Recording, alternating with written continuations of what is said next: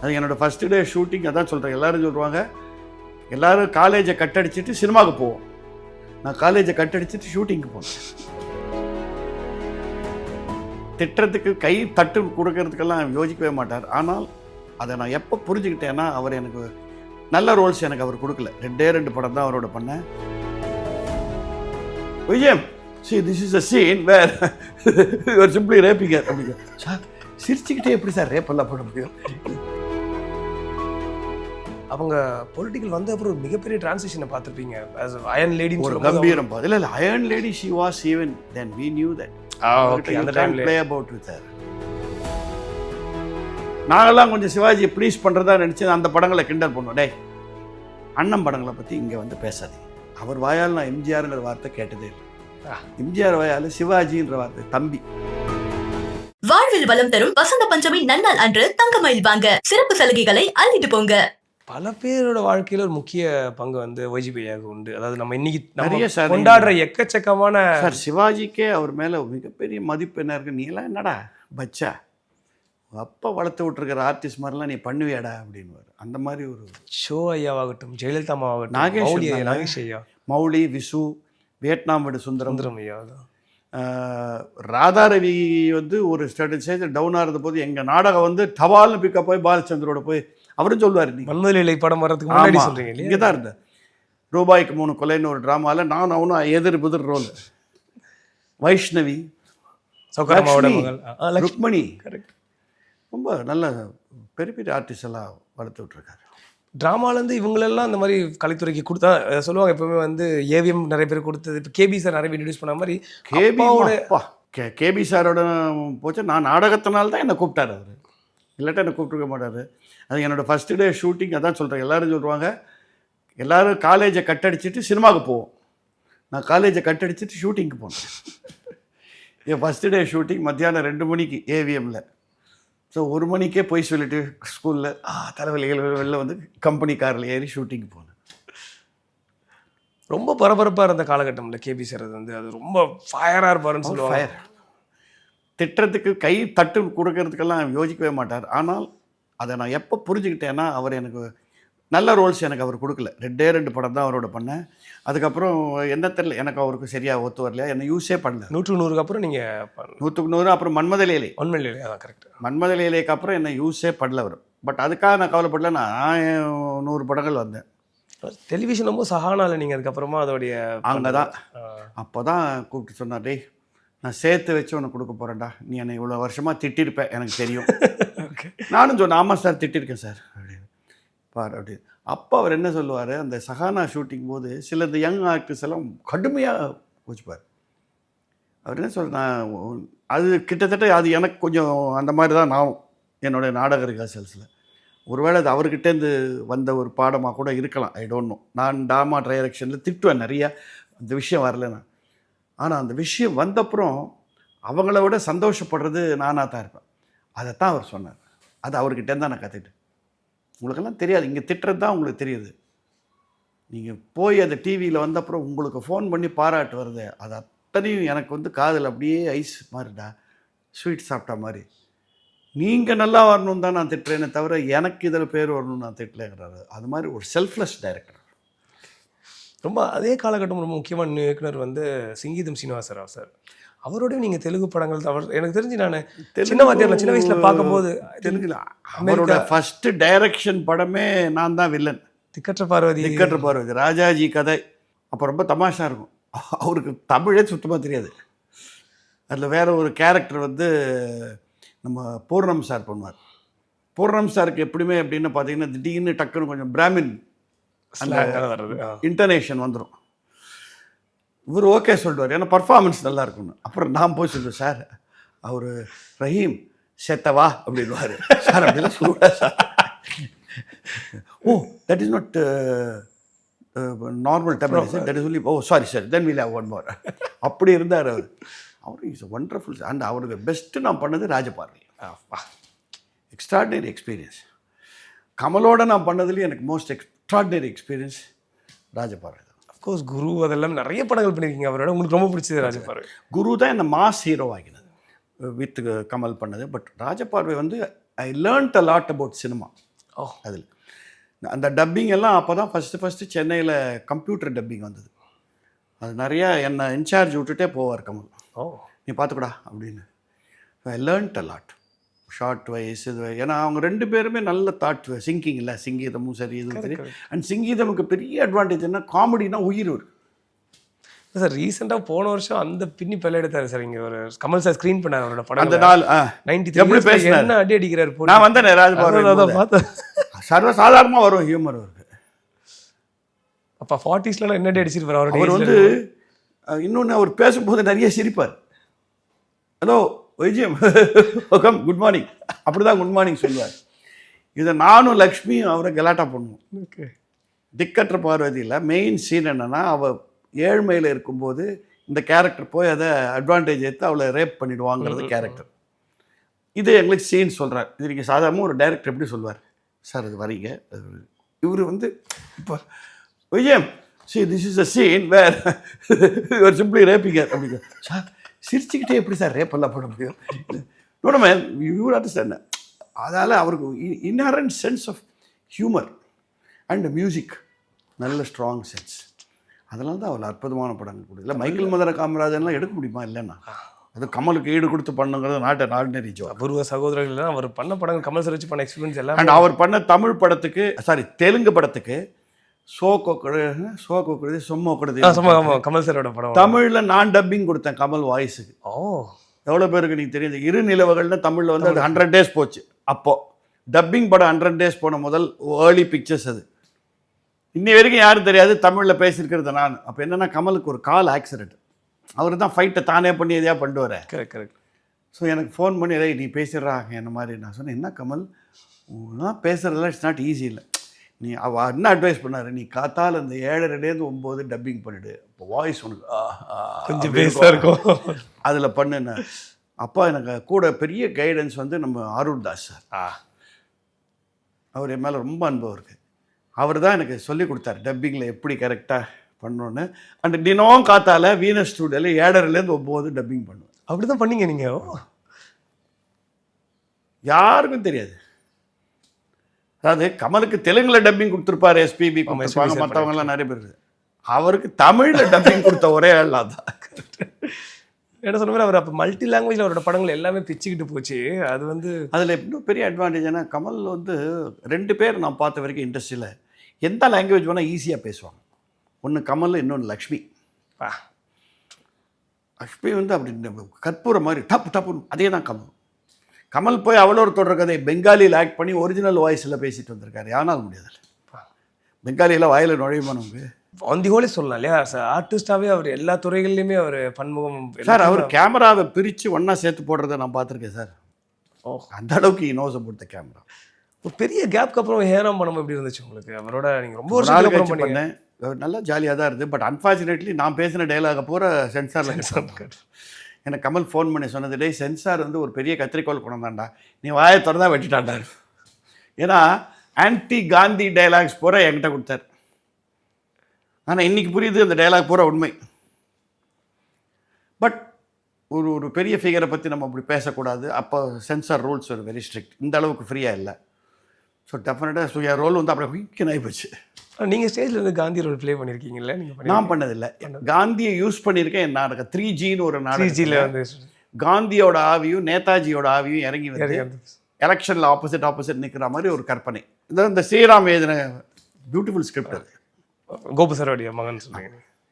இப்போ இந்த பக்கம் கமல் சார் வரும்போது ரஜினி சார் ரொம்ப ஒரு வியப்பாக இருக்கும் வெளியிருந்து பார்க்குற மக்களுக்கு. சார் வந்து அட்ரஸ் பண்ணிக்கிறீங்க 2 பேருமே. அந்த சகலைகள் தாண்டி வந்து எப்பவுமே அந்த ஒரு கமலை வாடா போடாங்கிற ஸ்டேஜ்லேயே தெரியும். ரொம்ப எனக்கு போனா ஒரு கேள்வி கூறும்போது தான் அறிமுகம். எனக்கு கொடுத்த மரியாதை நான் பதில் கொடுக்கணும்ல. கமலும் நானும் அப்படி பேசிட்டா ஃபால்ஸாக இருக்கும். பப்ளிக்கில் பேசுவோம், பட் பர்சனலாக பேசுவோம். ஏய் மகேன் வா அப்படி தான் கூப்பிடுவாங்க. இப்போ கொஞ்ச நாள் பார்த்தே ரொம்ப நாள் ஆச்சு. அவர் வேறு ட்ராக்ல போட்டார். ஆனால் ரஜினி சார்கிட்ட எப்பவுமே அந்த சார்ன்ற இன்றைக்கும் அந்த மரியாதை அது. இன்றைக்கும் அவங்க இந்த வீட்டுக்கு போனால் நான் வந்தால் அவர் எழுந்து நிற்பாரே தவிர அவர் வந்தால் நான் எழுந்து நிற்க மாட்டேன். அது அந்த மரியாதை எனக்கு கொடுக்குறாரு, வீட்டுக்கு மூத்த மாப்பிள்ளைன்ற மாதிரி. அதெல்லாம் இன்னும் சொல்லாட்டு. உங்கள் ஸ்டேஜ் பிளே சார் ரொம்ப எப்போவுமே வந்து அது நாங்கள் அடிக்கடிக்கு பார்ப்போம். நம்ம சோஷியல் மீடியாவில் வந்து உங்களோட ஸ்டேஜில் வந்து ரஜினி சார் கெஸ்ட்டாக வந்து பார்த்துட்டு ரசிச்சுட்டு எல்லா அந்த காலத்துலேருந்து உண்டு சார். எங்கள் நாடகங்களில் எம்ஜிஆர் பார்த்துருக்காரு, சிவாஜி சார் பார்த்துருக்காரு, ஜெமினி பார்த்துருக்காரு. எந்த சினிமாக்காரரும் இப்போ இருக்கிற சினிமாக்காரர்களை தான் கொண்டு வர முடியல. சிவகார்த்திகேயன் சார் கூட வந்து வந்திருந்தாங்களா ஒரு யாரு? சிவகார்த்திகேயன் சார் கூட ஆமாம், வந்திருந்தாங்க. அது வரைக்கும் வந்திருக்காங்க நாடகத்துக்கு. கொஞ்சம் ராதா ரவி நம்ம ட்ரூப் ஆளு. பட் இப்போ இருக்கிற யங்ஸ்டர்ஸ் ட்ராமாவுக்கு வான்னா வரமாட்டேங்கிறாங்க.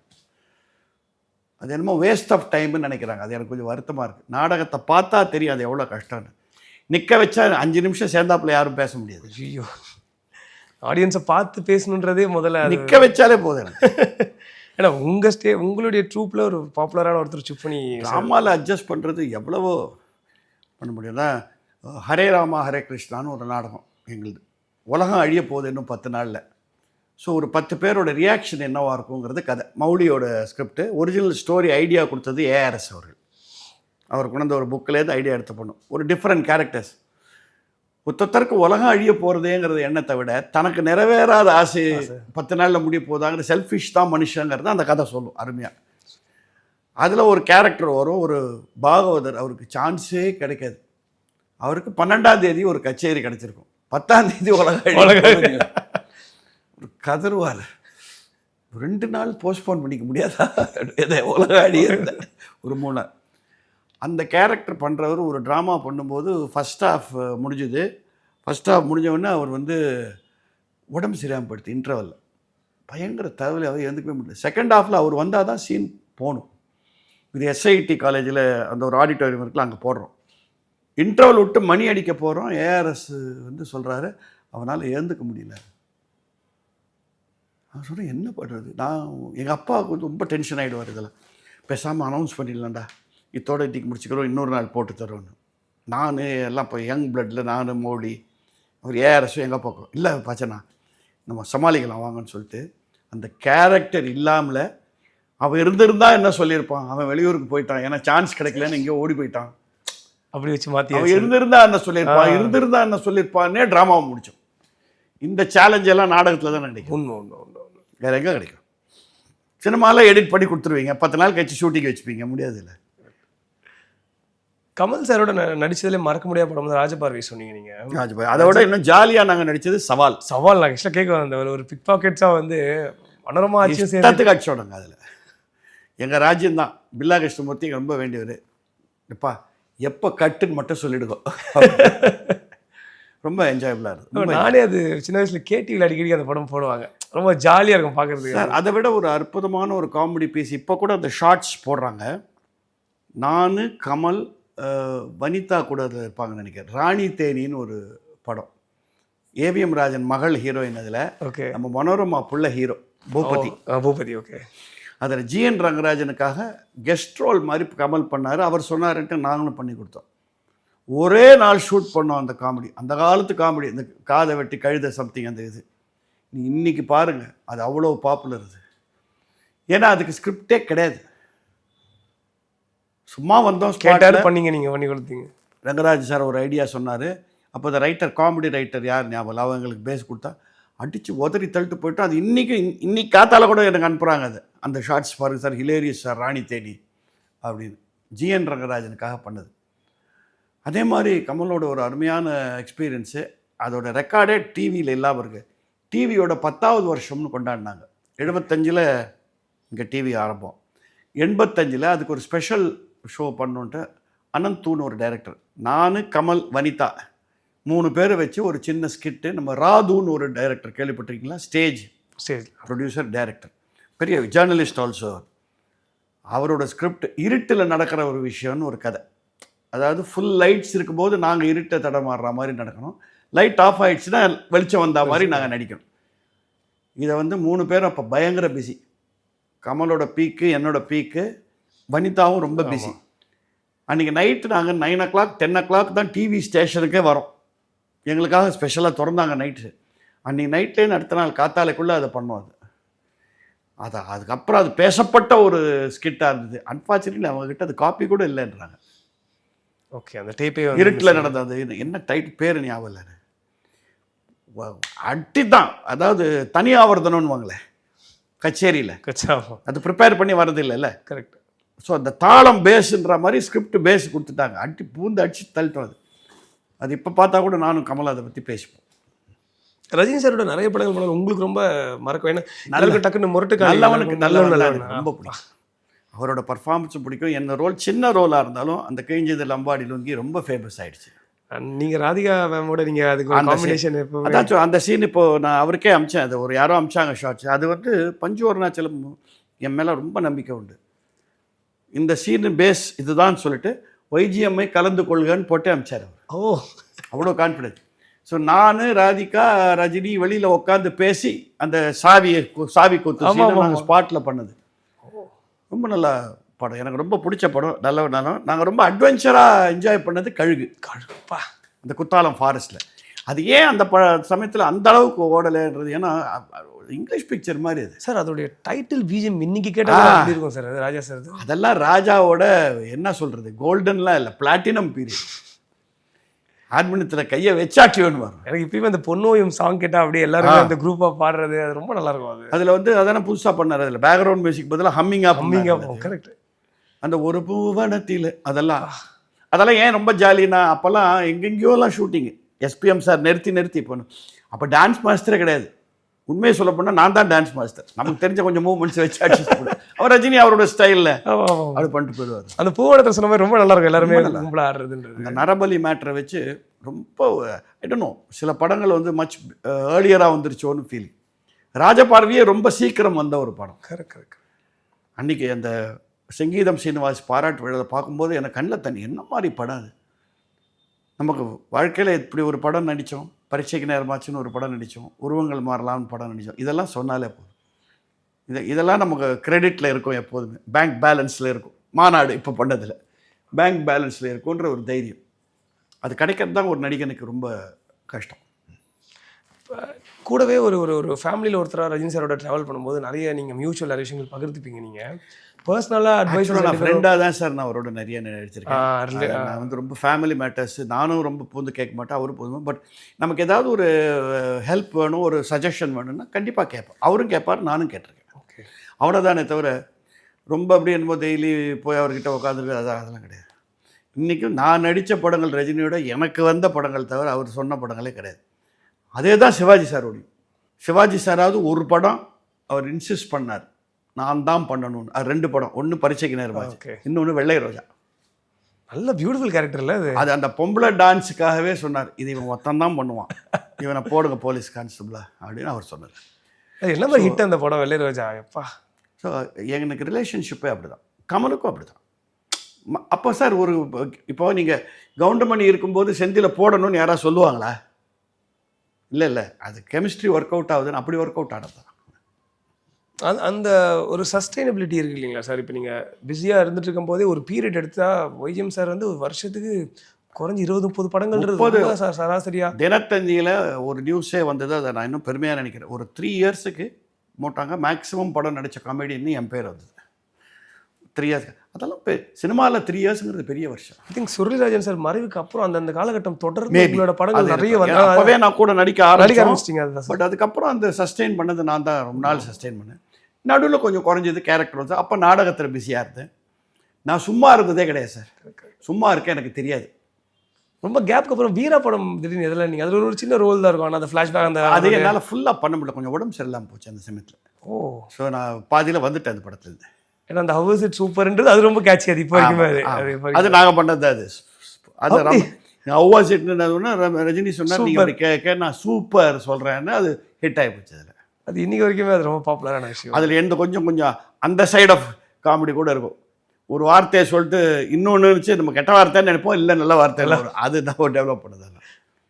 அதுதான் பாருங்களேன், சுரேஷ் கிருஷ்ணாவோட அதுக்கு அதை நடிச்சுட்டு இப்போ தான் நான் பண்ணுறேன். அவர் எவ்வளோ ஒரு 30 இயர்ஸ் கழிச்சு வந்து அவர் சொல்கிறாரு, எப்படி உன்னை மிஸ் பண்ணேன்னு எனக்கு தெரியவே இல்லையே அப்படிங்க. அதான் சார், நாடகத்துலேருந்து எங்களுக்கு ஒரு பெரிய அதிர்ஷ்டம். நாங்கள் நாடகமாக போட்டு சினிமாவை வந்து இது வரைக்கும் எதுவும் ஃபெயில் ஆனதே இல்லை. உங்களுக்கு சொல்லணும்னா அறிவாளி, அது முதல்ல எங்களுடைய நாடகம், பெண்படுத்தும் பாடு. எங்கள் அப்பா பண்ண ரோலை சிவாஜி பண்ணார் ஆச்சா. அப்புறம் நாங்கள் 61 போட்ட நாடகம் என் மேடை அரங்கேற்றம். அந்த நாடகத்தில் முதல் நாடகம் 61 பெற்றால் தான் பிள்ளையான்னு நாடகம் பேர். அது அப்புறம் படமாக வந்து அது வேறு படம். அதுதான் பார்மகளே பார். பார்மகளே அகைன் சிவாஜி பண்ணது சப்பா. அதுக்கப்புறம் ரொம்ப நாள் கழிச்சு பண்ணது நாங்கள் போட்ட கண்ணன் வந்தான்ங்கிற நாடகம் கௌரவம்.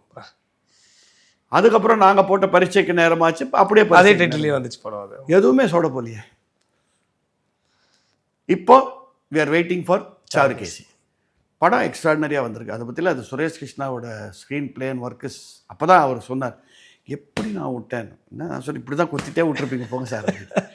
அது இல்லை, நீங்களும் பிஸியாக இருந்தீங்க, நானும் பிஸியாக இருந்தது தெரியல.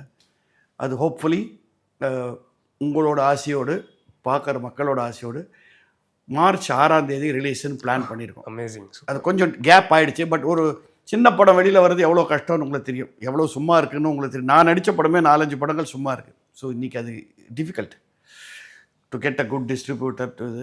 அதை வழியில் எங்களுக்கு ஒரு நல்ல டிஸ்ட்ரிபியூட்டர் கிடச்சிருக்காங்க. இன்ஃபேக்ட் ரெட் ஜெயண்ட்ஸ் தான் பண்ண போகிறாங்க. அது சூப்பர். ஸோ நீங்கள்லாம் ரெட் ஜெயண்ட்ஸ்னால் வெறும் பெருசாக படம் தான் பண்ணுவாங்க அப்படி இல்லை. அவங்க நல்ல குவாலிட்டியும் இதை ரொம்ப பிடிச்சவங்களுக்கு நாங்கள் பண்ணுவோம். மார்ச் 6ஆம் தேதி அது எனக்கு ஒரு லைஃப் டைம் பிக்சராக இருக்கும்.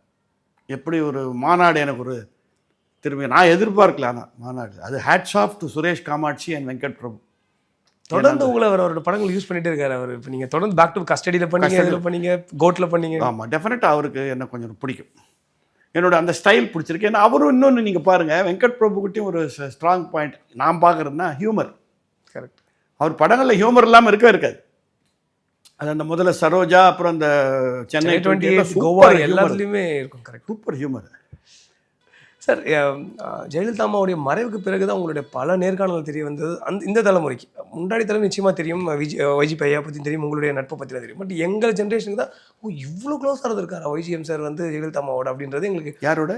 ஜெயலலிதா அம்மாவோட நீங்கள் இருந்த அந்த பாண்ட். நாங்கள் ஒன்றா வளர்ந்தோம் சார். இது அவங்க அம்மாவும் அவங்க சித்தியும் தான் எங்கள் நாடக குழுவின் முதல் ஹீரோயின்ஸ். மைசூர்லேருந்து வந்து அவங்க இங்கே தடுமாறிட்டு இருந்த ஸ்டேஜில் எங்கள் அப்பாவோட அறிமுகம் கிடச்சி நாடகத்தில் வந்து பண்ண ஆரம்பித்தாங்க. அண்டு இன்றைக்கி நான் நன்றியோடு சொல்லுவேன், இந்த ட்ரூப்பெல்லாம் இவ்வளோ ஸ்ட்ராங்காக இன்றைக்கி இருக்குன்னா ஆரம்பத்தில் அவங்க கொடுத்த சப்போர்ட். ஏன்னா ஆரம்பத்தில் அவங்க ஃபேமஸ் ஆர்டிஸ்ட் இல்லை. கரெக்ட். இந்த ட்ரூப்பை தவிர எங்கேயும் நடிக்க மாட்டேன்னுவாங்க. அப்போல்லாம் இவங்கெல்லாம் குழந்தை தானே, ரிஹர்சல்ஸ் நாங்களாம் ஒன்றா சேர்ந்து ரிஹர்சல்ஸ் பார்த்த காலத்துலேருந்து தெரியும்.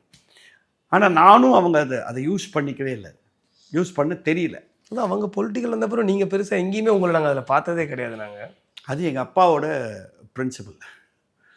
அவர் கொஞ்சம் பயங்கர ட்ராமா பண்ணுவார் அவர் வாழ்க்கையில். ஒய்ஜிபி கை இப்படி தாண்டா இருக்கணும் அப்படின்வார், இப்படி போகக்கூட அப்படிலாம் பேசுவார்.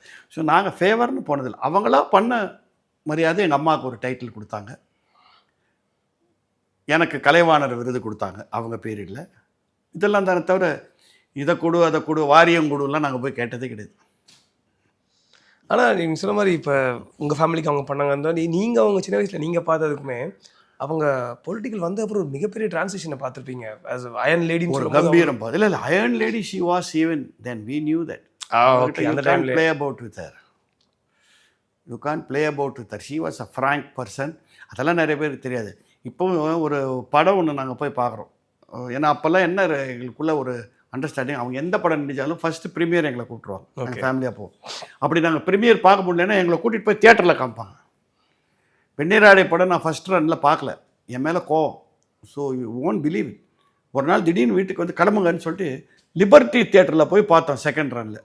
அந்த தியேட்டரில் அவங்க வந்து உட்கார்ற ஸ்டேஜ் அவங்க பீக் பீரியடில் இருக்காங்க. இப்போ நான் சொன்னேன், அம்முன்னு தான் கூப்பிடுவோம், கொசு கடிக்குமேன்னு. கொசு தெரியாது, கடி தெரியாத அளவுக்கு படம் நல்லா இருக்கும் வா அப்படின்னு. ஸோ அந்த கான்ஃபிடென்ஸ் உள்ளாது அவங்கள. இப்போது ஒரு சின்ன எக்ஸாம்பிள் சொன்னால் நான் சொன்னேன், இந்த எம்ஜிஆர் படம் ஒன்று பார்த்துட்டு நாங்கள் வரோம். எங்கள் கூட என் கசின் ஒருத்தி இருந்தால், எங்கள் அப்பா சைடு ரிலேஷன். அவங்கெல்லாம் கொஞ்சம் என்ன சொல்லணும்னு தெரியாது இல்லை, அதனால் ஆஹா என்னமா இருந்தது படம், இப்படி அது please keep quiet, I know this is a rotten picture but it will run well. Oh, and I didn't do much. நீ சொல்கிற அளவுக்கெல்லாம் நான் ஒன்றும் பெருசாக நடிக்கலை. ஸோ சும்மா முகஸ்துதிக்காக சொல்லாதுன்னு அப்போவே சொன்னவங்க. ஸோ அந்த ஸ்ட்ரென்த் உள்ளது. இது எங்ககிட்டயும் வேறு ஒரு இடத்துல காமிச்சிருக்காங்கன்னா, பட்டிக்காடா பட்டணம் படம் அவங்க கொண்டு போய் காட்டுறாங்க. என்ன காரணம் தெரில, நான்லாம் பயங்கர சிவாஜி ரசிகர். எனக்கு அப்போ கூட என்னோட மௌலி வந்தாரா விசு வந்தாரா ஞாபகம் இல்லை. எங்களுக்கு அந்த படம் அப்போ பிடிக்கல. ஓ, என்னன்னே தெரில, என்ன எதிர்பார்த்தோம் நாங்கள், ஏன்னா ஒரு வேறு மாதிரி பர்ஃபார்மன்ஸ் என்னன்னே புரியல. வெளியில் வந்து அவங்க எப்படி படம் அப்படின்னா ஒட்டி பிச்சுட்டு போகுது கிளாஸில். சுமார் தான் 3. This picture is not taken for intellectuals like you who call yourself intellectuals. சொன்னது என்ன தெரியும், அடுத்த வார்த்தை ஓடும் கூடலாம் சொல்ல, I will meet you on the silver jubilee week day அப்படி காலையில் coach. She was a confident person. அது அடிபட்டு இந்த எம்ஜிஆர் கொடுத்த ட்ரைனிங் அதுவும் இருக்குல்ல, ஒரு வாரிசை உருவாக்குனார்ல. he became an iron lady. We miss her. இன்னைக்கு இருக்கிற சூழ்நிலையில் we miss her a lot. 10 years ஆக போகுது அவங்க. We miss her a lot, really. MGR ஐயா பற்றி நீங்கள் சொல்லும்போது இது முன்னாடி இந்த சார் அவரும் எங்கள் அப்பாவும் ரொம்ப க்ளோஸ் ஆகும். நானும் சிவாஜி பக்கம்னா கூட அவரும் எங்கள் அப்பாவுக்கு ரொம்ப அது அவருக்கு தெரியும் இல்லையா, நீங்கள் பெரிய பரம சிவாஜி ரசிகன் அப்படின்றது நல்லா தெரியும். பேசியிருக்காரு எப்படியா அதை பற்றி நீங்கள் லைக் அவரோட? அப்படி சொல்ல மாட்டார், ஒரு பாலிஷ்டாக சொல்லுவார். உங்கள் பையன் கொஞ்சம் அவர் ரசிகரில் தம்பி ரசிகரில் அப்படின்வார், தம்பின்னு தான் கூப்பிடுவார். அது ஒரு பெரிய அழகான விஷயம் நான் பார்த்துருக்கேன் சார். இவர் தம்பின்னு தான் கூப்பிடுவார், பேர் சொல்லி நான் பார்த்ததில்ல. எங்கள் முன்னாடி சிவாஜி சார் எங்கள் முன்னாடி நாங்கள்லாம் கொஞ்சம் சிவாஜியை ப்ளீஸ் பண்ணுறதா நினச்சி அந்த படங்களை கிண்டல் பண்ணுவோம். டே அண்ணன் படங்களை பற்றி இங்கே வந்து பேசாதீங்க, அண்ணன் தான். அவர் வாயால் நான் எம்ஜிஆருங்கிற வார்த்தை கேட்டதே இல்லை. எம்ஜிஆர் வாயால் சிவாஜின்ற வார்த்தை தம்பி. அது ஒரு பெரிய கலாச்சாரம் இல்லை, அந்த கலாச்சாரம் இன்றைக்கி இருக்கா தெரியல எனக்கு. மிகப்பெரிய விஷயம். அந்த ஜல்லிக்கட்டோடைய வெள்ளி விழா வீடியோ இப்போ வரைக்குமே பிரபலமாக இருக்குது. அதாவது கன்னத்தில் முத்தம் கொடுக்கறது வந்து என்ன மாதிரி அது? அதெல்லாம் ஒருத்தருக்கு ஒருத்தர் உள்ளுக்குள்ளே இருந்திருக்கு அட்மிரேஷன், பட் போட்டியும் இருந்திருக்கு. இப்போ நீங்கள் எம்ஜிஆர் சார் கொஞ்சம் அந்த டாக்டிக்கலாக மூவ் பண்ணுவார், சிவாஜிக்கு அதெல்லாம் தெரியாது.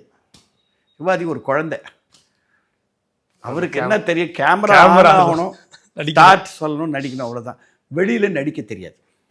அவங்களோட சிவாஜி சாரோட ஃபேமிலியோட உங்களுக்கு நல்ல பாண்டிங் உண்டு? இன்றைக்கே இருக்குது பாண்டிங், இன்றைக்கே இருக்குது பாண்டிங். அவங்க அம்மாலாம் கமலாம்மாலாம் என் மேலே ரொம்ப பாஸ் ஆச்சு. நீ தாண்டா என் வீட்டுக்கு மூத்த பிள்ளைன்னு அவங்க சொன்னாங்க. அதனால தான் இன்றைக்கும் ராம்குமாரும் பிரபு நீங்கள் என்கிட்ட போகணும், எங்கள் வீட்டு மூத்தவர் அப்படின்னு தான் எனக்கு சொல்லுவாங்க. அந்த பாசம் இருக்குது, அது மிஸ் ஆகவே இல்லை.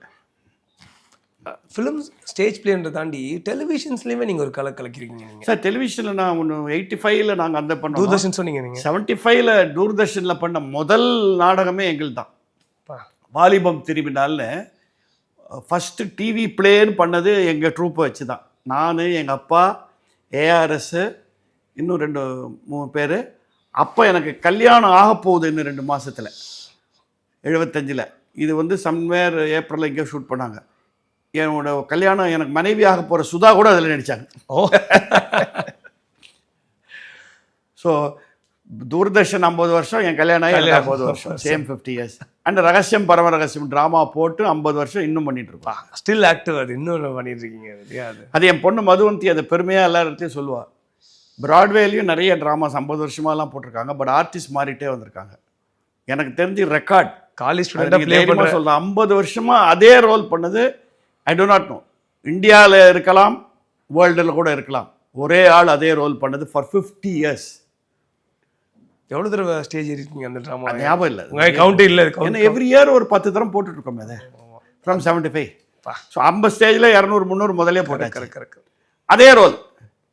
என்ன ஒன்று, இதை கொஞ்சம் டை அடிச்சுடுவேன், அவ்வளோதான். கொஞ்சம் தொப்பை தெரியாமல் இருக்கிறது, கொஞ்சம் அமுக்கி. உடம்புல அந்த எனர்ஜி மட்டும் மாறல, நானும் மாறல. நீங்கள் என் ட்ரூப்பில் சுப்பினின்னு ஒருத்தர் அம்பலாம், அவரும் மாறல. நான் அவரை சந்திச்சு பேசியிருக்கேன். அவர் சொன்ன மாதிரி இன்ஃபேக்ட் உங்கள் ட்ராமா பார்த்தா ரஜினி சார் யூஸே பண்ணார்ல அருணாச்சலம் படத்தில். அவர் ரஜினி சாருக்கும் சிவாஜிக்கும் ஃபேவரட் ஆக்டர் எங்கள் ட்ரூப்பில் சுப்பினி தான். எனக்கு கொஞ்சம் கஷ்டமாக இருக்கு. எனக்கு சிவாஜி சார் ட்ராமாவுக்கு வரேன்னு ஒன்று, டே அவன் இருக்கா நான் ட்ராமாவில் என்ன சார், நான் இருக்கேன் சார், நீ தான் இருக்கியா, அவன் இருக்கா நான் சொல்லு அப்படின்வார். இதே கேட்பார் இவரும், ரஜினி சார் கேட்பார், சுப்பினி இருக்கார்ல அப்படின்னு. ரஜினி சார் நிறைய வாட்டி உங்கள் ஸ்டேஜ் வந்து மேடை நடக்கத்தை வந்து பார்த்துருக்காங்க. ரொம்ப ஆமாம். ஒரு வாட்டி D40 ஃபங்க்ஷனில் வந்து கேவி ஐயா கேட்டிருப்பாங்க, நான் இப்போ மேஜர் சந்திரகாந்த் திருப்பி போட்டுறேன், நடிப்பியான நடிக்க நீங்கள் சொன்னால் சரி செய்கிறேன் அப்படின்னு சொல்லியிருப்பாங்க. சொல்லுப்பாரு, பட் இன்னும் என்கிட்டயே கூட ஒரு தடவை அதான் கேட்க வந்தேன், உங்ககிட்ட நீங்கள் உங்களை ரசிக்கிற சொல்லியிருக்காரு, ஒரு தடவை நடிக்கிறேன் நாடகத்துலன்னு சொல்லியிருக்காரு. இன்ஃபேக்ட் அவர் ஒரு கதை கூட எனக்கு சஜஸ்ட் பண்ணார், மேடையில் போடுறது 2 பேர் நடிக்கிற கதை. ஓ, அதை நான் இன்னும் தூண்டி விட்டுனே இருக்கேன். இப்போ நைஸாக அது மறந்து போச்சுங்கிறாரு. பட் எனக்கு ஒரு ஆசை இருக்குது, அவர் ஒரு தரமாவது மேடையில் நடிக்க வைக்கணும். அவருக்கு இருக்குது அந்த ஆசை. அதுதான் ஏன்னா அந்த லைவ் கிளாப்ஸுங்கிறது அது, ஏன்னா அந்த சாருகேசியை 3 தரம் பார்த்தார், அதனால தான் அது படமாக பண்ண சொன்னார். ஸோ அவருக்கு அந்த ஆசை இருக்குது. அது அது நீங்க நினைச்சா முடியும் 26ல பார்ப்போம், நிறைவேற்ற முடியுமான்னு பார்ப்போம். இந்த தடவை போய் திருப்பி போய் அந்த கதையை கேட்குறேன் அவரு. இல்லை, ஏன்னா அது நீங்க சொன்ன மாதிரி அது மிகப்பெரிய விஷயம். ஏன்னா அவர் சொன்னார் எனக்கு, பாலச்சந்தர் சொன்ன கதை அது, நீங்கள் பண்ணால் நல்லா இருக்கும் நாடகம். நான் சொன்னேன், நீங்கள் என்ன சார் 2 பேருன்றீங்க, நம்ம 2 பேரும் பண்ணலாம் அப்படின்னு கூட சொன்னேன். பிரமாதமா இருக்கும் அந்த மாதிரி மேடையில் உங்க 2 ஒரு தடவை அவர் பண்ண போதும், அப்பா. அது ஒரு பெரிய இதை எடுத்து பண்ணால் ஒன்ஸ் ஹீ ஷுட் டூ. ஏன்னா அவரும் if can afford to do. அதனால் ஒன்றும் பெரிய லாஸ் கிடையாது. என் நாடகத்தில் எப்படி பணத்துக்காக பண்ணுறது இல்லை, இந்த மனத்துக்காக தான் பண்ணுறது. ரொம்ப ரொம்ப நன்றி சார், ரொம்ப நன்றி. வசந்த பருவத்தை வரவேற்கும் மஞ்சள் திருவிழா. தங்கம் வாங்க உகந்த நாளான ஜனவரி 23 வெள்ளிக்கிழமை அன்று உங்கள் அபிமான தங்கமயிலில் வசந்த பஞ்சமி நன்னாள் சிறப்பு சலுகைகள். தங்கம் வாங்க தங்கமயிலுக்கு வாங்க.